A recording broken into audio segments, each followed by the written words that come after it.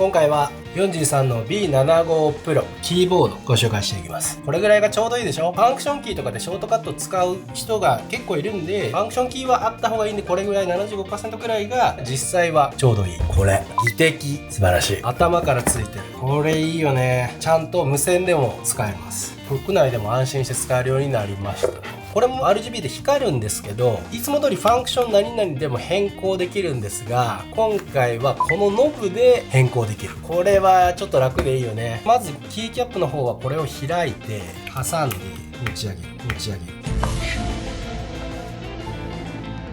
Panendulet Gogodong!